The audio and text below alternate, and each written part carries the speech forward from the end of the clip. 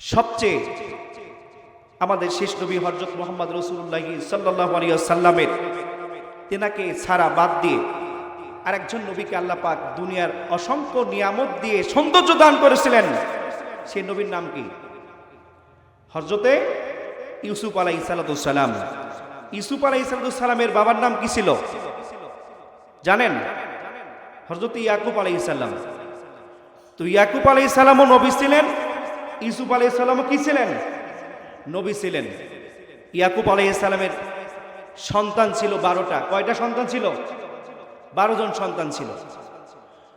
তো 12 জন সন্তান মিলে তার মধ্যে 10 জন সন্তান ছিল ভালো, আর 10 জন সন্তান ছিল খারাপ, আর 2 জন সন্তান ছিল ভালো। ইউসুফ আলাইহিস সালাম এবং বেনিয়ামিন, এই 2 জন ছাড়া বাকি 10 জন ছিল বদ টাইপের। তো একদিন ইউসুফ আলাইহিস সালামকে তারা যেভাবে হোক কুপরামর্শ দিয়ে তাকে নিয়ে গেল বাবার কাছে, নানান প্রকার আবদার বাহানা করে সন্তানকে ইউসুফকে নিয়ে গেল জঙ্গলের মধ্যে, নিয়ে গিয়ে তাকে কুয়ার মধ্যে ফেলে দিয়ে তার গা থেকে জামা খুলে নিয়ে বাবাকে বলতেছে, বাবা আপনার সন্তানকে তো আমরা রক্ষা করতে পারি নাই, বনের সবচেয়ে হিংস্র প্রাণী আপনার সন্তানকে নিয়ে গেছে। ইয়াকুব আলাইহিস সালাম বললেন, ও সন্তান, আমার সন্তানকে যদি শিয়াল নিয়ে যেত বা বনের হিংস্র প্রাণী নিয়ে যেত, হিংস্র প্রাণী এতটা চালাক নয়, যদি চালাক হতো তাহলে আমার সন্তানের গা থেকে এই সুন্দর করে বোতাম খুলে এত সুন্দর করে পরিপাটি করে আমার সন্তানের গা থেকে কাপড় খুলে ফেলতো না। এমন কোন হিংস্র প্রাণী আছে যে গায়ের থেকে কাপড় খুলে ভেনো করে রেখে সন্তানকে নিয়ে যাবে? আছে? নাই। ইয়াকুব আলাইহিস সালাম বললেন যে আমার মনে হয় না আমার সন্তানকে কোনো হিংস্র প্রাণী নিয়ে গেছে। আমার অবশ্যই বিশ্বাস এই সন্তানকে এই 10 জন ভাই মিলে তারা কোনো ষড়যন্ত্র করে মেরে ফেলছে। পিতা সন্তানকে কিছু বললেন না। রাত হয়ে গেল। রাতের বেলা আল্লাহকে বলে, আল্লাহ, আমি তোমার কাছে কোন অপরাধ করেছিলাম? 12টা সন্তানের মধ্যে 2টা সন্তান আমার সবচেয়ে ভালো, আর 10টা সন্তান কেন এমন হলো? ও আল্লাহ, তুমি আমার এই জবাব দিয়ে দাও। আল্লাহ পাক বললেন, ইয়াকুব তোমার স্ত্রী কয়টা? ইয়াকুব আলাইহিস সালাম বললেন, আমার স্ত্রী তো 2টা। যতগুলো নবী রাসূল দুনিয়াতে আসছিলেন প্রত্যেক নবীর একের অধিক স্ত্রী ছিলেন। তো তার মধ্যে সর্বনিম্ন 2 জন স্ত্রী হলো ইয়াকুব আলাইহিস সালাম। বলি সুবহানাল্লাহ। আর একজন নবী আছে যে এখন পর্যন্ত বিবাহ করেন নাই। এখন পর্যন্ত কি করেন নাই? সামনে তার বিবাহ হবে, আমরাই মুসলমান তার বিবাহের বরযাত্রী হিসেবে সেখানে উপস্থিত হব। বলি সুবহানাল্লাহ। সেই নবীর নাম কি? হযরতে ঈসা আলাইহিস সালাম। তো ইয়াকুব আলাইহিস সালাম আল্লাহকে বলছে, আল্লাহ, আমার এই সন্তানের মধ্যে 10 জন সন্তান এরকম খারাপ হলো আর 2 জন সন্তান ভালো, এর কারণ কি? আল্লাহ বললেন, ইয়াকুব তোমার 10 জন সন্তান খারাপ হওয়ার কারণ তোমার স্ত্রী কয়টা? ইয়াকুব আলাইহিস সালাম বললেন, আমার স্ত্রী হলো 2টা। এই 2টার মধ্যে প্রথম স্ত্রীর গর্ভ থেকে 10টা সন্তান হয়েছে। কয়টা সন্তান? 10টা সন্তান। এই প্রথম স্ত্রী কেমন ছিল? ইয়াকুব আলাইহিস সালাম বললেন, আল্লাহ, প্রথম স্ত্রী একটু খারাপ টাইপেরই ছিল, একটু বদ টাইপের ছিল, যে কারণে ওই স্ত্রী বদ হওয়ার কারণে ওই স্ত্রী থেকে যতগুলো সন্তান পয়দা হয়েছে প্রত্যেকটা সন্তান খারাপ হয়েছে। আর দ্বিতীয় স্ত্রী কেমন ছিল? বলতেছে দ্বিতীয় স্ত্রী অত্যন্ত ভালো ছিল, যে কারণে আল্লাহ পাক ওই 2টা সন্তান দ্বিতীয় স্ত্রী গর্ভ থেকে দুনিয়াতে আসছে, এই কারণে 2টা সন্তান ভালো হয়েছে। বলি সুবহানাল্লাহ। তাহলে সন্তান খারাপ হওয়ার পেছনে কার হাত সবচেয়ে বেশি? মায়ের হাত সবচেয়ে বেশি। প্রিয় উপস্থিতি, মা দেখবেন সন্তান যখন দুনিয়াতে আসে প্রথম অবস্থা স্বামীর বাড়িতে যায়, যাওয়ার পরে ওই মা কি করে? শরমেতে পেট মানুষ দেখবে, এই শরমের কারণে মা বাহিরে বের হয় না। কি হয় না? বাহিরে বের হয় না যে আমার সন্তান দুনিয়াতে আসতেছে। প্রথম একটু লজ্জাবতী হয়, একটু শরমিতে হয়। ওই মা নতুন বধূ হয়ে বাড়িতে আসছে, মানুষ দেখে কে কি বলবে না বলবে, এই জন্য ওই পেটটা নিয়ে মা ঘরের মধ্যে থাকে, নামাজ কালাম করে। এই জন্য দেখবেন বেশিরভাগ প্রথম সন্তান নরম টাইপ এবং বোকা টাইপের হয়। ঠিক কিনা? সম্মানিত উপস্থিতি, প্রথম সন্তান যখন হয়ে গেল, দ্বিতীয় সন্তান যখন হয়, মা মনে করে যে না, আমি তো এই ঘরে আজকে দীর্ঘ 2 বছর পার করে ঘরে আসছি, আমার এই ঘরে আসা 2 বছর পার হয়েছে, আমি আর কিসের শরম? প্রথম সন্তান জন্মছি, দ্বিতীয় সন্তান যেহেতু আসতেছে, এখন মায়ের মনে একটু আলগা আলগা একটু পীড়িত জন্মাচ্ছে। মা কি করে সন্তানকে নিয়ে কক্সবাজার যায়, মা কি করে সন্তানকে নিয়ে বন্দরবন যায়, মা সন্তানকে কুয়াকাটা নিয়ে যায়। এই জন্য ওই সন্তান দুনিয়াতে আসার পরে ওই সন্তান আর পিতা মাতার কথা শোনে না। ওই সন্তান দেখবেন বাড়িতে থাকতেও পারে না, ও দেখবেন হয় কুয়াকাটা, না হয় সুন্দরবন, না হয় কক্সবাজার আড্ডা মেরে বেড়াবে, ঠিক কিনা? প্রিয় উপস্থিতি, সন্তান যদি ভালো করতে চান মাকে ভালো রাখেন, মা যদি ভালো হয় সন্তান ভালো হবে। তো যাই হোক, আমি পবিত্র কোরআন থেকে একটা সূরা আপনাদের সামনে তেলাওয়াত করছি, আমি সংক্ষিপ্তভাবে এর উপর আলোচনা করবো। মা তৌফিক ইল্লা বিল্লাহ। আল্লাহ পাক বলছেন, বিসমিল্লাহির রহমানির রহিম,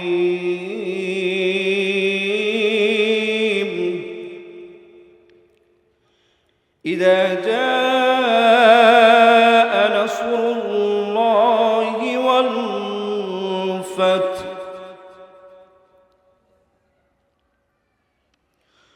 ওয়া রাআইতান নাসা ইয়াদখুলুনা ফী দীনিল্লাহি আফওয়াজা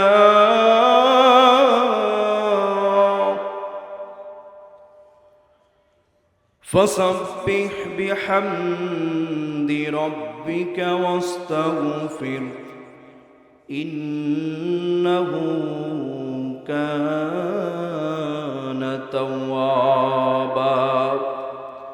আল্লাহ পাক বললেন, ইজা যা, যখন তোমাদের মধ্যে সাহায্য আমি আল্লাহ পাক দান করার পর যখন বিজয় আসবে, নাসরুল্লাহি, আল্লাহ পাকের সাহায্য এবং বিজয়, ওয়াল ফাত, তোমাদের জন্য বিজয় আসবে। ইযা জাআ নাসরুল্লাহি ওয়াল ফাত, আমি আল্লাহ পক্ষ থেকে যখন তোমাদের কাছে সাহায্য এবং বিজয় চলে আসবে, তোমরা তখন কি করো? বক্স বাজাও। কি করো? কথা বলেন না কেন? আল্লাহ পাক বলছেন, আমার পক্ষ থেকে যখন বিজয় দান করব, তখন তোমরা বক্স বাজাও, রাতের বেলা চিল্লাচিল্লি করো, আনন্দ করো। আল্লাহ বলছে, কথা কন, আল্লাহ বলছে। তাহলে আমরা কেন বক্স বাজাই, কেন চিল্লাচিল্লি করি, কেন নাচানাচি করি? একজন মুসলমানের বৈশিষ্ট্যকে এটা। মুসলমান যখন বিজয় আনন্দ উল্লাস করবে, আল্লাহ পাক বললেন অরাইতান নাসা, আল্লাহ পাক বলেছেন অরাইতান নাসা, মানুষকে তখন প্রবেশ করতে দেখবে, ইয়াদখুলুনা ফি দীনিল্লাহি আফওয়াজা, যারা মুসলমান, নামধারী মুসলমান, যখন ইসলামের উপর যখন আক্রমণ করা শুরু হয়েছিল, এই সময় যারা তোমাদের মধ্য থেকে পিছপা হয়ে গিয়েছিল, ওই সকল মুসলমান যখন দেখতে পারবে মুসলমানদের যখন আমি আল্লাহ পাক বিজয় দান করলাম, ওই বিজয় দান করার পর ওই মুসলমান যারা তোমার বিপক্ষে চলে গেছিল, ওই বিপক্ষে যাওয়ার কারণে আজকে যখন মুসলমানদেরকে বিজয় দান করলাম, এই বিজয় দেখার পর তারা কি করবে? ওরাইতান নাসা ইয়াদখুলুনা, তারা দলে দলে ইসলাম গ্রহণ করার জন্য, ইসলামের ছায়াতলে অংশগ্রহণ করার জন্য, আমি রব্বুল আলামিনের কাছে সাহায্য প্রার্থনা করার জন্য তারা দলে দলে তোমাদের দিকে ছুটে আসবে। হে রাসূল, হে আল্লাহর নবী, আপনি তাদেরকে একটি কাজ করতে বলুন। কয়টি কাজ? একটি কাজ করতে বলুন। প্রিয় উপস্থিতি, সূরা নাসর আল্লাহ পাক বলছেন সাহায্য এবং বিজয় যখন দান করব, এই সাহায্য বিজয় পাওয়ার পর তোমরা কি করো? প্রথমে আমার কাছে তওবা করো। বলি সুবহানাল্লাহ। সম্মানিত উপস্থিতি, আজকে বিজয় যখন হয়, এই যে সামনে আমাদের 21শে ফেব্রুয়ারি, সামনে ডিসেম্বর মাস, 16ই ডিসেম্বর মাস, এই বিজয়গুলো আমরা কি এই রকমভাবে আল্লাহ শুকরিয়া জ্ঞাপন করি? কথা কন করি? করি না। প্রিয় উপস্থিতি, আল্লাহ পাক এই সূরা নাজিল করেছে এই কারণে, যেন আমার প্রত্যেকটা বান্দা যে কোনো সময় আনন্দ উৎসব করার সময় যেন আমার এই নসর সূরাটা তারা একবার হলো মনে করে। বলি সুবহানাল্লাহ। আল্লাহ পাক বলছেন ওয়ারাইতান নাসা ইয়াদখুলুনা ফি দীনিল্লাহি আফওয়াজা, এই যারা তোমাদের বিপক্ষে ছিল, আমি আল্লাহ পাক তাদেরকে এমনভাবে ইসলাম গ্রহণের জন্য আকৃষ্ট করলাম, আকৃষ্ট করার কারণে তারা তোমাদের দিকে দলে দলে চলে আসবে। যেমনিভাবে আমি আল্লাহ পাক সাহায্য করেছিলাম বদর ময়দানে, যখন মুহাম্মদুর রাসূলুল্লাহ সাল্লাল্লাহু আলাইহি ওয়াসাল্লাম যখন মক্কা থেকে হিজরত করার পর মদিনায় চলে গেলেন। মদিনায় যাওয়ার পর প্রথম জিহাদের ময়দান জিহাদ, সেই জিহাদটা হলো বদরের জিহাদ। এই বদরের ময়দানে জিহাদের অংশগ্রহণকারী আল্লাহ পাক বললেন, হে রাসূল, আপনি আবার আপনাদের সৈন্যদেরকে নিয়ে, আপনার সৈন্যদেরকে নিয়ে জিহাদের জন্য তৈরি হয়ে নেন। 16ই রমজান আল্লাহ পাকের হাবিব বিশ্বনবী জনাবে মুহাম্মদুর রাসূলুল্লাহ সাল্লাল্লাহু আলাইহি ওয়াসাল্লাম মসজিদের নববীর মধ্যে বসে তিনি সকলকে উদ্দেশ্য করে বলছেন, হে আমার সাহাবী, আমি তোমাদের কাছে একটা জান্নাত দিতে চাই। আজকে আমি দেখতে চাই সবার প্রথম জান্নাতে কে যেতে চাও। যারা যারা জান্নাতে যেতে চাও, এই যে আমার কাছে যে চিরকুট দেখছো, এই চিরকুটের মধ্যে নাম বসাও। বলি সুবহানাল্লাহ। আল্লাহ নবী বলছেন, যারা যারা জান্নাতে যেতে চাও তারা এই চিরকুটের নাম বসাও। আচ্ছা, তার মানে কি আল্লাহ নবী জান্নাতে তাকে পৌঁছে দেবে? কথা কন, পৌঁছে দেবে, তার মানে পথ দেখাবে। জান্নাতে যাওয়ার কি করবে? পথ দেখাবে। সম্মানিত উপস্থিতি, এই যে এরকম কথাকে যখন আমরা বলি রাসূল সাল্লাল্লাহু আলাইহি ওয়াসাল্লাম জান্নাতের টিকিট বিক্রি করছে, রাসূল সাল্লাল্লাহু আলাইহি ওয়াসাল্লাম জান্নাতে নিয়ে যাচ্ছে, তাহলে কি আমার দ্বারা কথাটা ঠিক হবে না ব্যাঠিক হবে? রাসূল সাল্লাল্লাহু আলাইহি ওয়াসাল্লাম কিন্তু চাইলে জান্নাতে দিতে পারতেন, চাইলে কিন্তু জান্নাতে পৌঁছানোর দায়িত্ব নিতে পারতেন, নিতেও পারতেন। আল্লাহর কাছে বলাতেই আল্লাহ পাক কিন্তু দিতে রাজি হয়ে যায়। বলি সুবহানাল্লাহ। কিন্তু সবকিছুর মালিক কে? আল্লাহ পাক। এখন আমরা দেখেন বলি যে রাসূল সাল্লাল্লাহু আলাইহি ওয়াসাল্লাম জান্নাতে দেবে, যে জান্নাতে যাওয়ার যে পথ, এই পথটা আমাদেরকে দেখিয়ে দেবে, এই জান্নাতে পৌঁছে দেবে। এই পৌঁছে দেওয়ার জন্য মালিক কে? আল্লাহ পাক। তিনি বললেন, সাহাবীরা, জান্নাতে যদি যেতে চাও তাহলে সর্বপ্রথম নাম লেখাও। মসজিদে নববীর মধ্যে প্রথম কাতার থেকে কেউ নাম লেখালো না, দ্বিতীয় কাতার থেকে কোনো নাম লিস্টে আসলো না, তৃতীয় নাম্বার কাতার থেকে কোনো নাম আসলো না। রাসূল সাল্লাল্লাহু আলাইহি ওয়াসাল্লাম চিন্তায় পড়ে গেলেন, মনে হয় এবার বদর যুদ্ধে আমি মনে হয় এবার মুসলমান মনে হয় ধ্বংস হয়ে যাবে। 4 নাম্বার কাতার থেকে তিনি লক্ষ্য করলেন, 4 নাম্বার কাতার থেকে একটা পাশে থেকে একজন সাহাবী হাত তুলে বলছে, ইয়া রাসূলুল্লাহ সাল্লাল্লাহু আলাইহি ওয়াসাল্লাম, আপনি যে বললেন ময়দানে জান্নাতে যে প্রথম যাবে তার নাম লিস্ট করার জন্য, আমি দেখতে পেলাম প্রথম কাতার থেকে কোনো সাহাবী নাম লিপিবদ্ধ করলো না, দ্বিতীয় কাতার থেকে কেউ নাম লিপিবদ্ধ করলো না। আমি 4 নাম্বার কাতার থেকে আমি নিজে দায়ী হয়ে আপনার কাছে নাম লিস্ট করার জন্য দাঁড়িয়েছি। ও আল্লাহর নবী, জান্নাতে আমি প্রথম যেতে চাই, আপনার সঙ্গে জান্নাতে থাকতে চাই। আপনি আমার নামটা প্রথমে আপনার ওই খাতার মধ্যে লিখিয়ে দিন। বলি সুবহানাল্লাহ। আল্লাহ নবী বলছে, সাহাবী তাফসিরে কাবিরে আসছে, ওই সাহাবীটার নাম ছিল মিকদাদ। আল্লাহ নবী বললেন, মিকদাদ, তুমি তো আমি কিছুক্ষণ আগে আমি বিবাহ পড়াইয়া দিয়ে আসলাম, এখন যদি তোমাকে জিহাদের ময়দানে পাঠাই, তোমার এই রাতটা তোমার সবচেয়ে প্রথম জীবনের রাত, বাসর রাত, এই রাতটা যদি তুমি না উপভোগ করে যদি জিহাদের ময়দানে যাও, স্ত্রী হক নষ্ট হয়ে যাবে।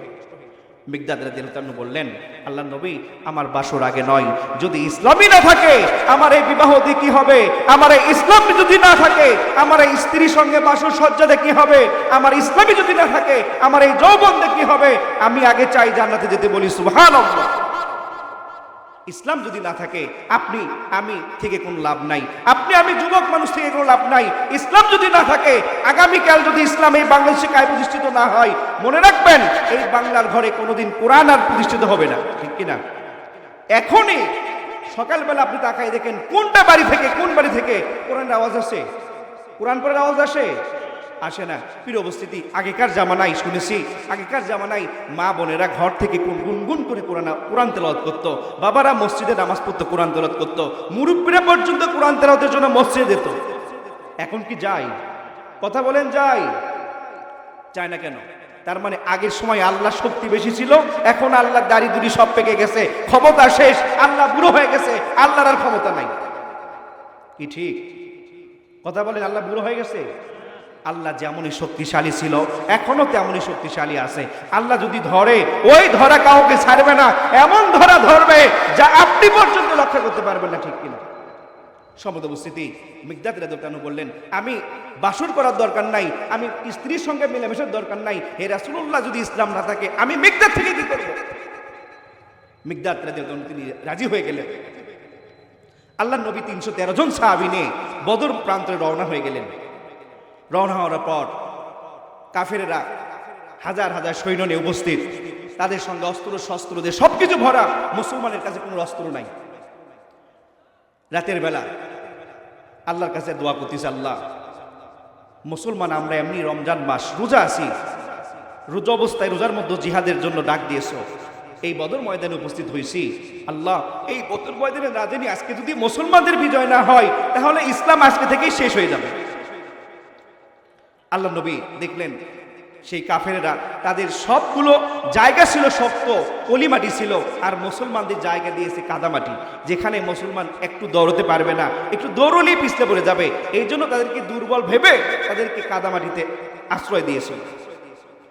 16 রমজান পার হয়ে 17 রমজান যখন চলে আসলো, আল্লাহ নবী চিন্তায় পড়ে গেলেন।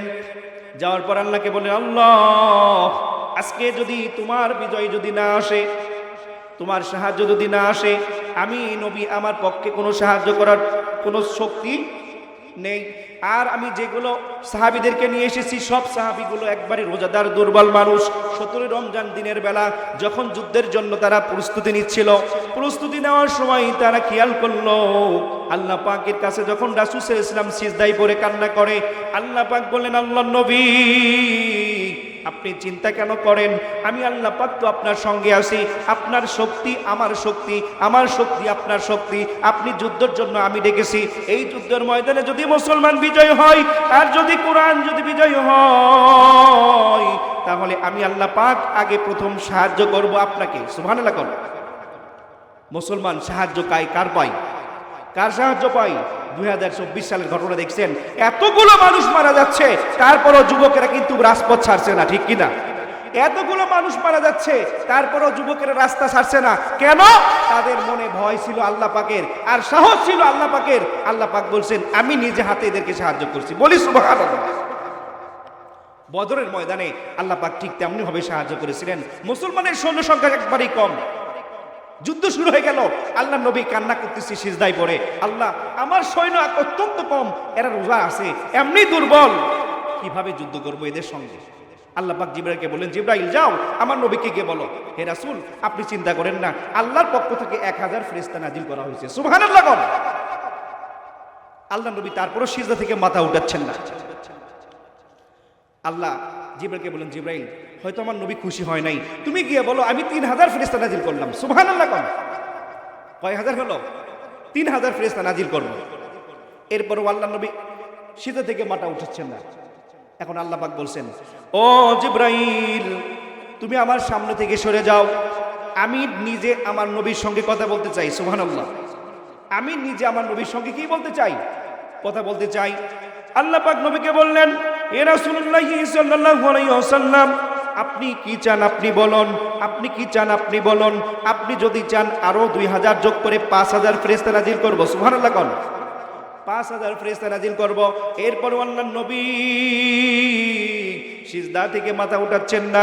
আল্লাহ পাক বলেন, ও আমার নবী, আপনি কেন চিন্তা করেন? আমি আল্লাহ পাক আপনার এই 313 জন সাহাবীকে আমি নিজে শক্তি দিয়ে বিজয় দান করব। বলি সুবহানাল্লাহ। যুদ্ধ শুরু হয়ে গেল। জোহরের নামাজের সময়, জোহরের নামাজ সময় হয়ে গেছে। রাসূল সাল্লাল্লাহু আলাইহি ওয়াসাল্লাম বলছে, এই যুদ্ধের সময় যদি আমরা নামাজ পড়ি তাহলে আমাদের যদি কোনো বিপদ হয়, আল্লাহ পাক বলছেন, রাসূল, আপনি চিন্তা করেন না, এই জোহরের নামাজ যদি আপনি আদায় করেন, হয়তো আপনার চতুর্পাশে কাফিরের আক্রমণ করে আপনাদেরকে পরাহত করবে, আপনাদের আক্রমণ করে ধ্বংস করবে।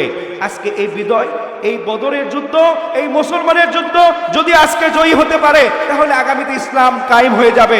আর যদি আজকে থেকে ইসলাম জয়ী না হয়, আগামীতে ইসলাম আর জয়ী হতে পারবে না। আল্লাহ নবী বললেন, আল্লাহ তাআলা কি করবে? আল্লাহ পাক বলেন, আমি হাসরের ময়দানে এই জোহরের নামাজ না পড়ার জন্য আমি কোনো প্রশ্ন তোমাদের করব না। বলি সুবহানাল্লাহ। সম্মানিত উপস্থিতি, ইসলাম কায়েম করতে চূড়ান্ত ময়দানে গিয়ে দিনকে বিজয় করার জন্য যদি নামাজও ছাড়তে হয়, তারপরও দিনকে বিজয় করতে হবে, ইসলামকে বিজয় করতে হবে। তাই বলে যদি মনে করি যে নামাজ পড়া লাগবে না, এমনটা কিন্তু নয়। চূড়ান্ত ময়দানে যখন চূড়ান্ত বিজয় হবে, এমন পর্যায়ে গিয়ে যদি দেখেন ইসলামের পক্ষে আমরা একটু যদি সজাগ হই, ইসলাম কায়েম হয়ে যাবে। এই চূড়ান্ত মাঠে একবারে পরিপক্ক বার্ষিক পরীক্ষার মতো, যখন বার্ষিক পরীক্ষা হয় ছাত্রদের সবচেয়ে মেধা যাচাই হয়, এই বার্ষিক পরীক্ষায় গিয়ে চূড়ান্ত ময়দানে যখন আপনি দেখছেন ইসলামের বিজয় হবে, এমন অবস্থা দিনকে বিজয় করার জন্য যদি আপনাকে নামাজও ছাড়তে হয়, তারপরও দিনের জন্য লড়াই করতে হবে। নামাজ না পড়লে আল্লাহ ওই নামাজের হিসাব নেবে না। সুবহানাল্লাহ। আল্লাহ নবী বলছে, আল্লাহ জোহরের নামাজ যদি ছেড়ে দিই, হাসরের ময়দানে প্রশ্ন করবে না? আল্লাহ পাক বলেন, হাবিব এই জোহরের নামাজের জন্য আমি হাসরের ময়দানে কোনো প্রশ্ন করব না। সুবহানাল্লাহ করো। জোহরের নামাজ বাদ দিয়ে তারা যুদ্ধ করে গেলেন। একবারে শেষ পর্যায়ে আসরের সময়, আসরের আগ মুহূর্তে, আচ্ছা কন্ত রোজার মাসে আসরের দিকে রোজাদারের কি কষ্ট বাড়ে না কমে? কথা কন না কেন, বাড়ে না কমে? বেড়ে যায়। রাসূল সাল্লাল্লাহু আলাইহি ওয়াসাল্লামের পরিজাত তৃষ্ণায় পিপাসার্ত হয়ে গেছে একবার। আল্লাহ পাক বলছে, হাবিব আপনি রোজা ভেঙে ফেলুন। সুবহানাল্লাহ বলেন, রোজা ভেঙে ফেলুন। আজকে এই ময়দান, এই জিহাদের ময়দানটা কোরআনের সম্মান, এই জিহাদের ময়দানটা আমি আল্লাহ পাকের সম্মান। আজকে যদি আপনি জিহাদের ময়দানে কোরআনের সম্মান রক্ষার্থে যদি বিজয় না হন, তাহলে আগামীতে রোজা নামাজ দিয়ে কিছু হবে না। কথা বলেন ঠিক কিনা? আল্লাহ নবী এই আসরের আগে রোজাও ভেঙ্গে জিহাদের ময়দানে অংশগ্রহণ করলেন। আল্লাহ নবী সাহাবীদেরকে বললেন, সাহাবী তোমরা যুদ্ধই পড়ে যাও, যুদ্ধে লেগে পড়ো। আল্লাহ পাক বললেন ফেরেশতা জিবরাইলকে, জিবরাইল তুমি আমার সামনে দিকে সরে যাও, আমি আল্লাহ পাক নিজ হাতে ওদেরকে সাহায্য করব। আল্লাহর ফেরেশতা, প্রত্যেকটা ফেরেশতা প্রত্যেকটা সাহাবীদের কানে এসে বলে, ও সাহাবী তোমরা ভয় পেও না, আমি আল্লাহ পাকের পক্ষ থেকে ফেরেশতা এসেছি। আল্লাহ পাক তোমাকে জান্নাত দেখাচ্ছেন, এই যে দেখো জান্নাত। এই যুদ্ধের ময়দানে যদি তোমরা শহীদ হয়ে যাও, এই যুদ্ধের ময়দানে যদি তোমরা শহীদ হয়ে যাও, শহীদ হওয়ার সঙ্গে সঙ্গেই আল্লাহ পাক তোমাদেরকে জান্নাত তোমাদের জন্য একবারে সুন্দর করে সাজিয়ে রেখেছে। বলি সুবহানাল্লাহ। এই যুদ্ধের ময়দানে শহীদ হওয়ার সঙ্গে সঙ্গে তোমাদেরকে আল্লাহ পাক জান্নাত দান করবে, সেই জান্নাতের অধিবাসী তোমরা হয়ে যাবে। এই যুদ্ধের ময়দানে তোমরা যুদ্ধ করে যাও। সাহাবীরা বলে, আল্লাহ নবী আমাদের তো অস্ত্র নাই, কিভাবে এই শেষ পর্যায়ে যুদ্ধ করব? জিবরাইল বলে, আল্লাহ নবী আপনি দেখে দেন পাশে খেজুরের বাগান, খেজুরের ডাল ভেঙে তাদের হাতে দিয়ে দেন। যখন খেজুরের ডাল ভেঙে হাতে দেওয়া হলো, ওদের কাছে দামি দামি অস্ত্র, দামি দামি নানান প্রকার অস্ত্র সঞ্জাম নিয়ে তারা যুদ্ধ করছে। এদিকে মুসলমানের কাছে শুধু একটু খেজুরের ডাল। আল্লাহ পাক বললেন, জিবরাইল ওই খেজুরের ডালটা প্রত্যেকটা মুসলমানের হাতে নিয়ে শুধু ঘোরাতে বলল। প্রত্যেকটা মুসলমান যখন ঘুরানো শুরু করলো, এক একটা করে ঘুরাই, প্রত্যেকটা যখন ডাল ঘুরানো হয়, প্রত্যেকটা ডালে 4-5 জন করে কাফের সৈন্য দুনিয়া থেকে বিদায় হয়ে যাচ্ছে। সুবহানাল্লাহ কোন? এই যে এই শহীদ, এই বিজয়, এই খেজুরের ডালতে মানুষকে দুনিয়া থেকে বিদায় করা, এই শক্তি দিয়েছেন কে? জোরে বলেন, কে দিয়েছেন? মানুষের কোনো শক্তি আছে? মানুষের কোনো শক্তি আছে? আল্লাহ পাক বলছেন, আমি নিজ হাতে বদরের ময়দানে মুসলমানদেরকে বিজয় দান করেছি। চিল্লাই বলি সুবহানাল্লাহ। যে বিজয় আমরা দেখেছি 24 সালে, মুসলমানরা এতটা ক্ষিপ্ত ছিল যে বাতিল শক্তিকে পরাহত করে মুসলমানের রক্তে দিয়ে তারপরও মুসলমানরা ইসলামকে, মুসলমানের সম্মানকে, এই দেশ থেকে রাষ্ট্রদ্রোহী, এই দেশ থেকে একবারে সেই অরাজনৈতিক সরকারকে, আমাদের মধ্য থেকে জালিম সরকারকে আল্লাহ পাক আমাদের কাছ থেকে বিদায় করছে। ঠিক কিনা উপস্থিতি? তো আল্লাহ পাক সেই সূরা নাসর মধ্যে বলছে, যখন মানুষের প্রতি ইসলামের বিজয় আসবে, তখন দেখবে অরাইতান নাস ইদখুলুনা ফি দীনিল্লাহি আফওয়াজা, যারাও তোমার বিপক্ষে ছিল তারাও দেখবা ইসলামের দিকে আকৃষ্ট হওয়ার জন্য তারা দলে দলে ছুটে আসবে। বলি সুবহানাল্লাহ। আজকে একজন হিন্দুর কাছে গিয়ে জিজ্ঞেস করে দেখেন যে কোরআন যদি আপনাদের মাঝে শাসন করে, দেশে শাসন করে, আপনি কি শান্তি পাবেন? হিন্দু বলবে, ঠিক আছে আমরা সেটাই চাই, আমরা সেটাই শান্তি পাবো, কারণ এতদিন নানান প্রকার কিছু দেখছি, কোরআনের বিজয় কেমন হবে, কোরআনের শাসন কেমন হবে, একটু দেখতে চাই।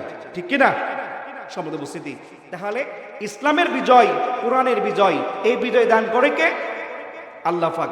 আল্লাহ পাক বললেন, যখন এই বিজয় হবে, বিজয় হওয়ার পর আমার বান্দাদের করণীয় হলো, আমি আল্লাহ পাক তাদেরকে শিক্ষা দিলাম, ফাসাব্বি, তারা তাসবিহ পাঠ করবে, বিহামদি আল্লাহর প্রশংসা করবে, রব্বিকা ওয়াস্তাগফির, এবং নিজেকে নিয়ে তওবা করবে।